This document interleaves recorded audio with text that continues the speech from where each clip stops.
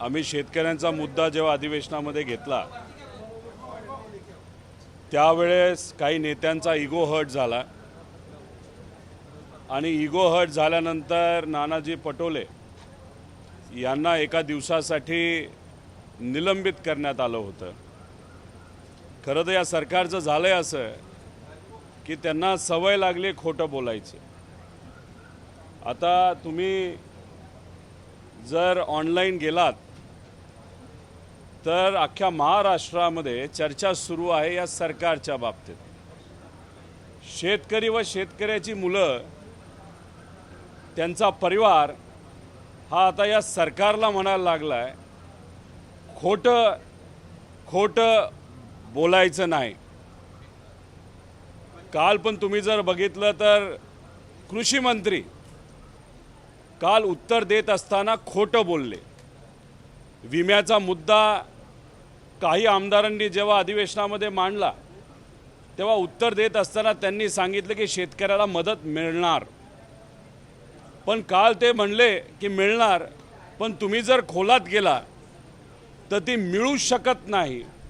कारण की या सरकारली जे पीक विम्याचे ट्रिगर असतात ते 4 महत्त्वाचे ट्रिगर हे इलेक्शन झाल्यानंतर काढण्यात आले आहेत, ज्याच्यामध्ये लोकलाइज कॅलॅमिटी असेल, पीक पेरणी असेल, असे काही महत्त्वाचे जे ट्रिगर्स आहेत हे काढण्यात आलेले आहेत। त्याचा अर्थ अतिवृष्टीमुळे झालेलं नुकसान हे पीक विम्यातून आपल्याला मिळणार नाही।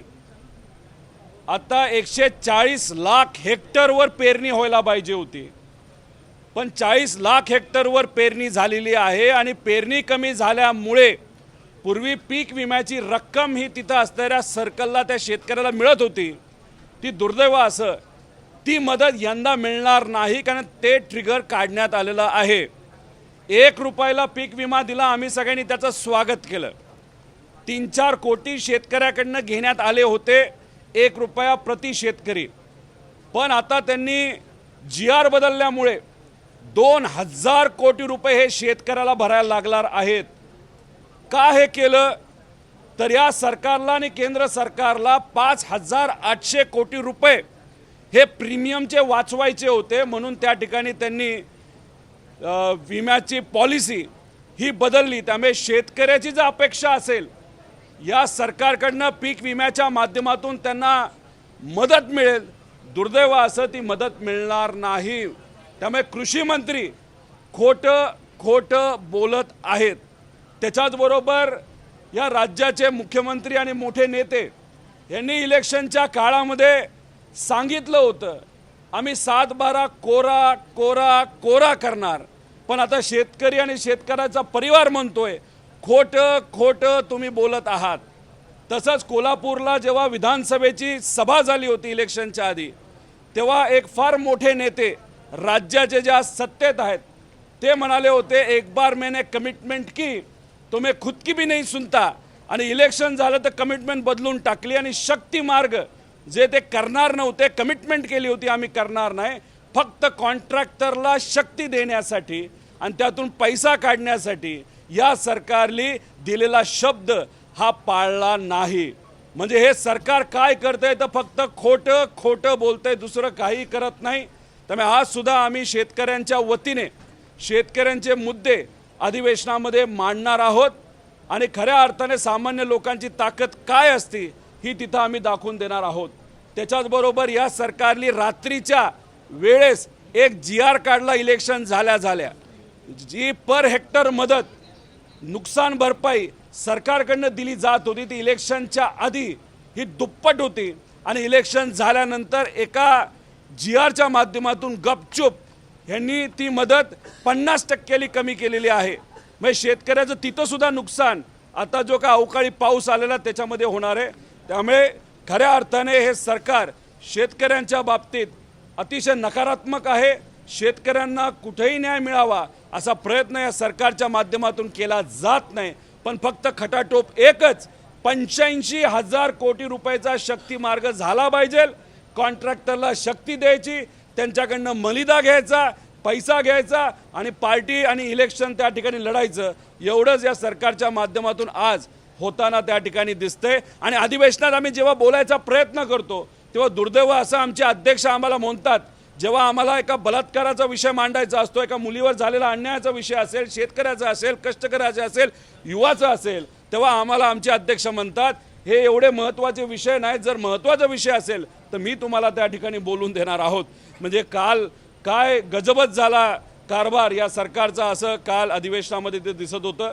पण आज आम्ही सर्व आमदार जे विरोधात आहेत ते नक्कीच सामान्य लोकांच्या वतीने त्या ठिकाणी लढू आणि लोकांना न्याय देण्याचा प्रयत्न त्या ठिकाणी आम्ही सर्वजण करणार आहोत। आता थोड्या वेळापूर्वी खासदार संजय राऊतांनी मुख्यमंत्र्यांना एक पत्र लिहिलं आहे की सुनील शेळके यांनी अवैध दगडखाणीचं उत्खनन करून हजारो कोटी रुपयांचा शासनाचा रॉयल्टी जो आहे तो बुडवलेला आहे। या सगळ्या संदर्भात तक्रार मुख्यमंत्र्यांना पत्राद्वारे केलेली आहे। आता छत्रपती संभाजीनगरमध्ये आम्हाला असं कळतंय एका नेत्याच्या ड्रायव्हरच्या नावाली 150 कोटी रुपयाची जमीन एका घराण्याने त्या ठिकाणी दान करून टाकली। म्हणजे बघा ड्रायव्हरचा कारभार किती मोठा माणूस असेल तो ड्रायव्हर एका नेत्याचा, की 150 कोटी रुपयाची जमीन अशीच त्या ड्रायव्हरला त्या ठिकाणी देऊन दिली। त्याच्याच बरोबर छत्रपती संभाजीनगरमध्ये MIDC मध्ये सुद्धा 5 एकर भूखंड जो होता तो परिवारातल्या काही लोकांना मिळावा यासाठी नेत्यांनी प्रयत्न केला आणि तो मिळाला सुद्धा। जर नेतेच अशा पद्धतीने त्या ठिकाणी कार्य आणि महापराक्रम करत असतील तर मग कार्यकर्ते आणि आमदार का कमी पडणार? त्यामुळे संजय राऊत साहेबांनी जो मुद्दा त्या ठिकाणी मांडलाय नक्कीच त्याच्या मागे कुठला ना कुठंतरी अभ्यास हा असू शकतो। आणि मग हजारो कोटी रुपये जर अशा पद्धतीने सत्तेत असणारे मंत्री आणि आमदार काढत असतील तर खऱ्या अर्थाने त्याच्यामध्ये खोलात जाऊन लक्ष देण्याची जरूरत आहे। खरं काय हे लोकांसमोर आलं पाहिजे, नाही तर अशाच पद्धतीने पैशाचा जर तिथं खुलेआम व्यवहार होत असेल, सरकारी जमीन शेतकऱ्याची जमीन जर विकली जात असेल आणि त्यातून जर आमदार आणि नेते आणि पार्टी जर बलाढ्य होत असतील तर मला असं वाटतं की मी या महाराष्ट्रामध्ये लोकशाही कुठेही राहिली नाही। त्यामुळे जर संजय राऊत साहेब त्या ठिकाणी बोलत असतील तर त्याची शहानिशा झाली पाहिजे। खरं काय हे लोकांपुढे त्या ठिकाणी येणं फार महत्त्वाचं असं माझ्यासारख्याला वाटतं। आता DPDCच्या निधीचं वाटपाचं सूत्र जे आहे ते आता महायुतीचं ठरलेलं आहे। जवळपास पालकमंत्र्यांना 30% DPDC मधला निधी जाणार आणि 70% हा सत्ताधारी पक्षातल्या आमदारांना वाटला जाणार आहे। यंदा मात्र विरोधी बाकावरच्या आमदारांना निधीच मिळणार नाही DPDCचा, असं काहीसा फॉर्म्युला आखलेला आहे। त्यांना कुठेही अधिकार नाही आहे DPDCचा फंड हा फक्त सत्तेत असणाऱ्या आमदाराला द्यायचा। ते जर त्या पद्धतीने वागणार असतील तर मग मी तुम्हाला सांगतो ज्या पद्धतीने अधिवेशनामध्ये जो काय पास आपल्याला एंट्री पास मिळत होता त्याचा अशोक स्तंभ गेला, म्हणजे कुठंतरी संविधानाला फटका देण्याचा प्रयत्न सरकार त्या ठिकाणी करते। तसंच DPDCच्या बाबतीत जर निधी हा समान पद्धतीने सर्व आमदारांना सर्व लोकप्रतिनिधींना जर दिला गेला नाही तर मग कुठेतरी संविधानाचा आणि जो काही न्यायाचा असतो आणि लोकप्रतिनिधीचा जो मान सन्मान त्या ठिकाणी मिळाला पाहिजे, कुठलाही पक्ष न बघता फक्त लोकांनी त्याला निवडून दिले हे बघून त्या ठिकाणी निधी दिला पाहिजे। हे जर त्या ठिकाणी पाळलं गेलं नाही तर हे सरकार संविधानाच्या विरोधात आहे असं आमच्या सगळ्यांचं त्या ठिकाणी मत असेल। त्यामुळे कृपा करून या सरकारला विनंती करतो, सर्व पालकमंत्र्यांना विनंती करतो की जो आमदार तिथून निवडून आला तो सत्तेतला असू का नसू समान निधी हा मिळालाच पाहिजे। आणि हीच जी मनमानी आहे पालकमंत्र्यांची ही तशीच चालू राहावी म्हणून आत्तापर्यंत कुठेही त्या ठिकाणी लोकल बॉडी इलेक्शन झालेलं नाही। शहरात पण आणि ग्रामीण भागामध्ये सुद्धा ह्यांची मनमानी चालावी, पालकमंत्र्यांची मनमानी चालावी म्हणून हे जिल्हा परिषद आणि महानगरपालिका नगरपालिकेचे इलेक्शन होऊन देत नाही। आणि ज्या पद्धतीने मुख्यमंत्री आणि हे जे मोठे मंत्री वागतात तसंच पालकमंत्र्यांना असं वाटतं की त्या जिल्ह्याचे ते मुख्यमंत्री झालेत आणि मनाला वाटेल तसं जो कारभार करत असतील तर हा योग्य ठरणार नाही। त्यामुळे या बाबतीत लोकांना सुद्धा कुठं ना कुठंतरी आम्हाला सगळ्यांना सांगायला लागेल काय पद्धतीने हे सरकार हे एकेखोर पद्धतीने चालू आहे। मुख्यमंत्री यांनी भाषणामध्ये असं म्हटलेलं आहे की ज्यांची मुलं बॉम्बे कॉलेजमध्ये शिकतात त्यांनी आम्हाला सांगू नये। त्रिभाषा सूत्रावरून राज्यामध्ये जो वाद सुरू आहे, जल्लोष शासनावर नामुष्की आली की त्यांनी काढलेले जे त्यांना मागे घ्यावं लागेल, हा मुद्दा मुख्यमंत्र्यांना खूपच जमलेला दिसतो। काल त्यांच्या पक्षाच्या अधिवेशनामध्ये भाषण करत असताना त्यांनी हे वाक्य वापरलेलं आहे।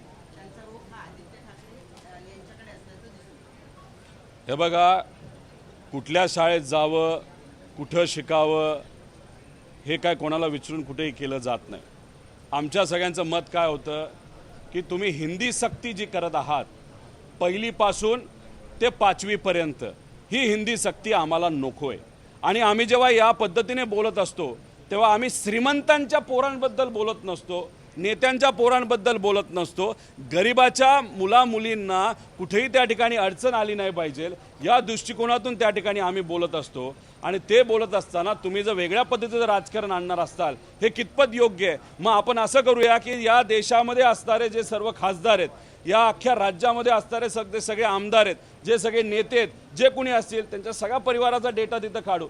मग हे कुठं थांबणार? आपण पॉलिसीवर बोलत असताना व्यक्तिगत लेवलला जाऊन कधी बोलत नसतो। आपण पॉलिसीवर बोलत असताना सामान्य लोकांच्या मुलामुलींना काय महत्त्वाचं आहे हे बोलणं तितकंच त्या ठिकाणी महत्त्वाचं आहे आणि त्या दृष्टिकोनातूनच आम्ही म्हणत असतो। पण झालं असं आहे की GR मागे घ्यावा लागला, दिल्लीवरनं आलेला आदेश हा कुठेतरी तसा राबवता आला नाही, यामुळे काही नेत्यांचा इगो तिथं कुठेतरी हर्ट झालेला आहे, त्यांना त्या बाबतीत वाईट वाटतंय आणि वाईट वाटत असल्यामुळे काहीतरी बोलायचं म्हणून बोलून जायचं असं कुठेतरी धोरण सरकारने अवलंबलंय असं आम्हा सगळ्यांना त्या ठिकाणी वाटतं।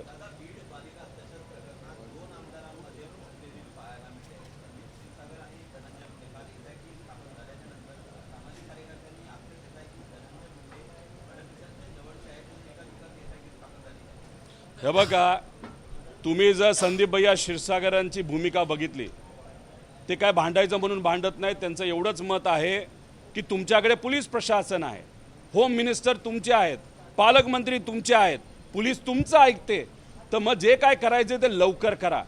त्याच्यामध्ये तुम्हाला CCTV बघायचे, CCTV बघा, काय खरं घडलं याचा तपास तुम्ही योग्य पद्धतीने करा। आणि जी मुलगी आहे तिला तर न्याय मिळालाच पाहिजे, पण हे होत असताना याच्यामध्ये राजकारण झालं नाही पाहिजे। त्यामुळे झुंपली असं तुम्ही जे म्हणताय, संदीप भैया क्षीरसागर या विषयाचं राजकारण कुठेही करत नाहीत, पण जे दुसरे नेते आहेत, जे आज सत्तेत आहेत, ते मात्र या विषयाचं राजकारण त्या ठिकाणी करत आहेत।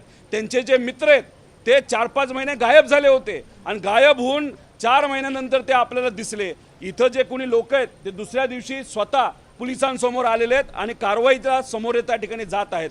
त्यामुळे उगाच या विषयाचं राजकारण करून चालणार नाही। त्या मुलीला आपल्याला न्याय द्यायचा आहे, जो कोणी दोषी असेल त्याच्यावर कारवाई झालीच पाहिजे अशी आमच्या सगळ्यांची भूमिका आहे।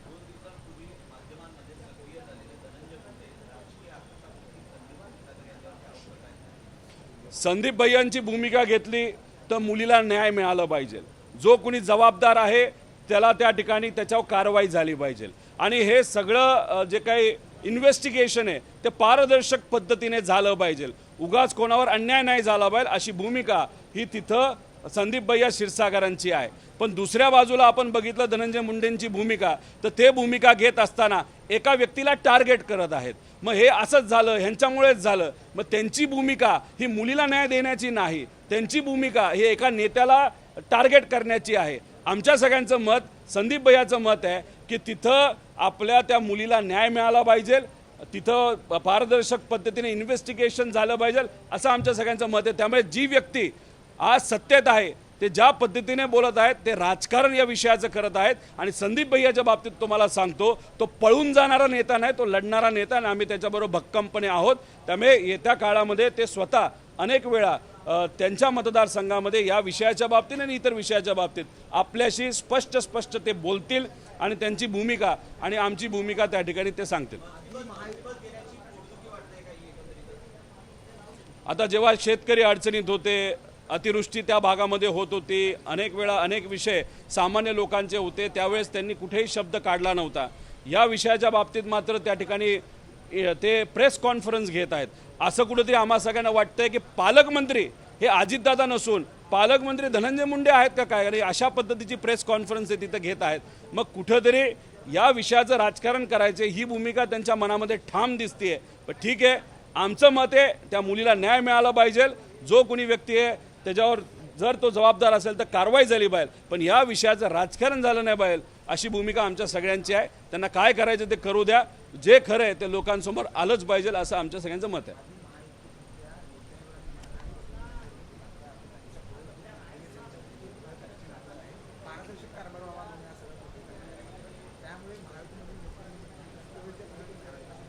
अहो PA सोडा हो, कुठला मंत्री कोणाला भेटतोय, काय काम करतोय, कुठला GR काढला जातो हे सुद्धा त्या ठिकाणी बघितलं जातं।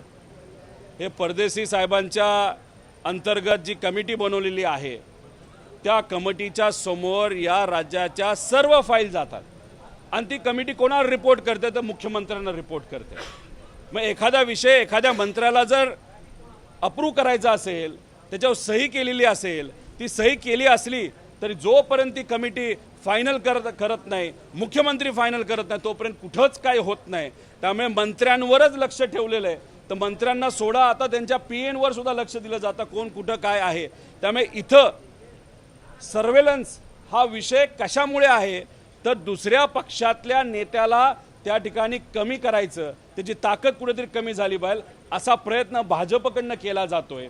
कारण मराठी विषयाच्या बाबतीत, हिंदी सक्ती कायद्याच्या बाबतीत सुद्धा जर आपण बघितलं तर अख्ख्या महाराष्ट्राची अपेक्षा होती की एकनाथ शिंदे साहेब एकदम अग्रेसिव्ह, एकदम चांगली भूमिका नाहीतर आक्रमक भूमिका ते त्या ठिकाणी घेतील, पण दुर्दैव असं की भाजपने त्यांना सुद्धा आक्रमक भूमिका घ्यायला नाही सांगितलं असं कुठेतरी त्या ठिकाणी दिसतंय। म्हणजे भाजप दोन्ही पक्षांच्या प्रमुख नेत्यांना कंट्रोल करते, त्यांच्या सर्व मंत्र्यांना कंट्रोल करते, त्यांच्या सगळ्या आमदारांना कंट्रोल करते आणि त्याच्याबरोबर आता PNना सुद्धा कंट्रोल करायला लागलेला आहे। म्हणजे भाजपचा खरा चेहरा हा आता कुठेतरी आपल्या सगळ्यांना बघायला मिळालेला आहे आणि कदाचित ह्या दोन मोठ्या नेत्यांच्या मनामध्ये की आत्ताच असं असेल तर 29ला काय होईल ही भूमिका असल्यामुळेच प्रत्येक मतदारसंघामध्ये जिथं BJPचा आमदार आहे तिथं एकनाथ शिंदे साहेब स्वतःचा आमदार नाही तर आमदाराचा उमेदवार उभा करतायत। तसंच दादा सुद्धा ज्या मतदारसंघामध्ये शिंदे साहेबांचा आहे, BJPचा आहे, तिथला आपला एखादा उमेदवार तयार झाला पाहिजे 29ला, म्हणजे या तिघांमध्ये झुंपलेली आपल्या सगळ्यांना बघायला मिळते। सर, काल नाना पटोले यांनी शेतकऱ्यांचा मुद्दा उपस्थित केला तर त्यांना निलंबन केलं असं ते म्हटलं। काल एक लातूरमधनं बातमी समोर येते की एका शेतकऱ्याकडे पैसे नसल्यामुळे बैल नाहीत आणि तो त्यामुळे स्वतःच शेतामध्ये ते अवताला भेटायला गेलेला आहे, असा व्हिडिओ आता व्हायरल होत आहे। शेतकऱ्यांची कर्जमाफी देखील रखडलेली आहे। अतिशय वाईट परिस्थिती आज या महाराष्ट्रातल्या शेतकरी, कष्टकरी, युवा, विद्यार्थी, महिलांची आहे। आर्थिक दृष्टिकोनातून आपण बघितलं तर करोडो लोक आज आर्थिक अडचणीच्या मधून जात आहेत।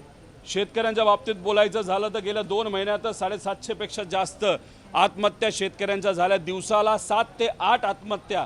दुर्दैव असं की शेतकरी त्या ठिकाणी करत आहे।